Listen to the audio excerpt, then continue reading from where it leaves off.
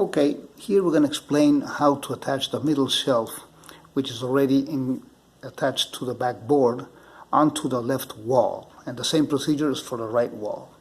So you're going to see that this wall, you already have inserted into the wall these pins.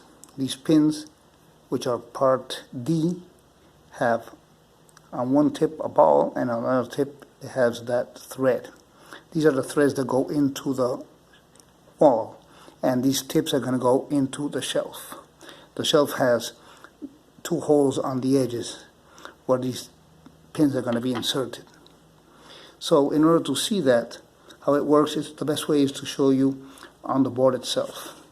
So here we have the middle shelf upside down. So this is the left bottom part of the shelf. And these are again the pin and a nut. See, the pin is already attached to the wall, and when you bring the wall to the side, there's a hole on the side as this pin is going to go in. The same happens on the upper corner. The rear left corner has another pin attached to it, as you saw before.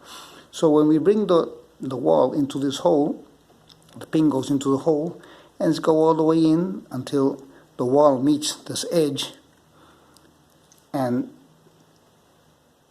it's going to stop there. But how do we do so this doesn't come out?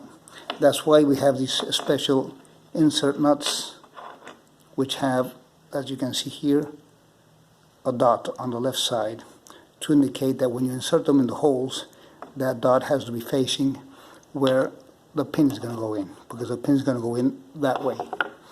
So when we insert the wall, we bring the wall to this edge, and this goes in. It's going to go all the way into the nut.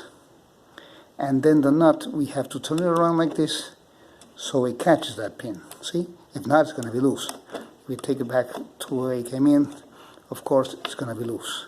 So go like this, and that's it. If you want to take a look how this really works, that's the pin, this is the nut, and you can see, oops, let's grab another one.